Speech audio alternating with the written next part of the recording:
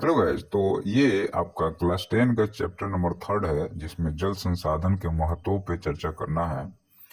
तो देखिए, जो जल संसाधन होता है, तो हम लोगों ने पहले चैप्टर में संसाधन के बारे में पढ़ा है कि संसाधन हमारे जीवन में आवश्यक है, और संसाधन के महत्व उसके वर्गीकरण किए। दूसरे चैप्टर में हम लोगों ने जो है सो जैव संसाधन के बारे में पढ़ा, और जैव विविधता क्या होता है, सरकार इसको बचाने के लिए क्या कर रही है। इन सारे विषयों पर हम लोगों ने आपसे चर्चा किया था, और वह चर्चा काफी सफल रहा। अब हम लोग आगे बढ़ रहे हैं, और यहाँ पे हम लोग जल संसाधन के बारे में बात करेंगे।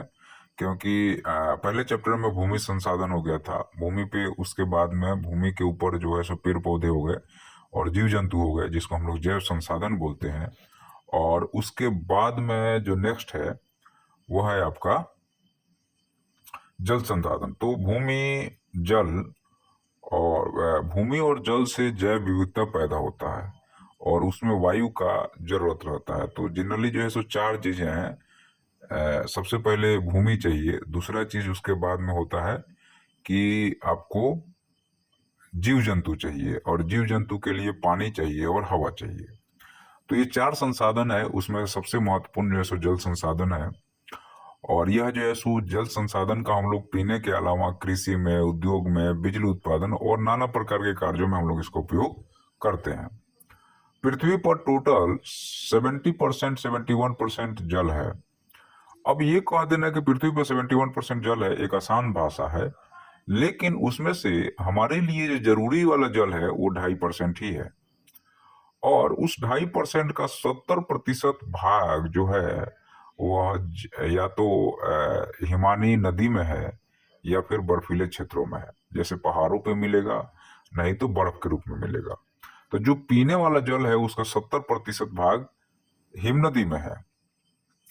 अब जल संसाधन की भारत के बारे में अगर चर्चा कीजिएगा, तो भारत में जल संसाधन की उपलब्धता असमान है, सभी जगह एक समान नहीं है। तो अब जल संसाधन की उपलब्धता जो असमान है, उसके बहुत सारे प्राकृतिक कारण हैं।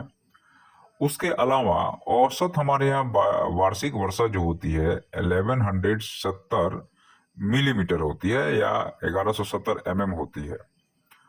और पूर्वी घाट और पश्चिमी घाट में और हिमालय के एरिया में ज्यादा जल है, और पश्चिमी घाट, पश्चिम में राजस्थान, गुजरात और जो मरुस्थलीय स्थल है वहां पे जल की मात्रा कम है। अब यहाँ पे थोड़ा सा भौगोलिक दृष्टिकोण से अगर हम लोग देखते हैं, तो जो जल आजकल जो शहरीकरण हो रहा है या शहरों का फैलाव हो रहा है, कृषि अनियंत्रित हो रही है, जिसके कारण जैव विविधता में जल का जो योगदान है वो घट रहा है, या यूं कहें कि जल प्रदूषण बढ़ रहा है। तो जल तो है, लेकिन हम लोग आपसे बोला कि 70% जल है, लेकिन पीने के लिए 2.5% ही है, उसमें 70% जो है सो बर्फीले क्षेत्रों में है। तो हमें जल को बचा के रखना बहुत ज्यादा जरूरी है।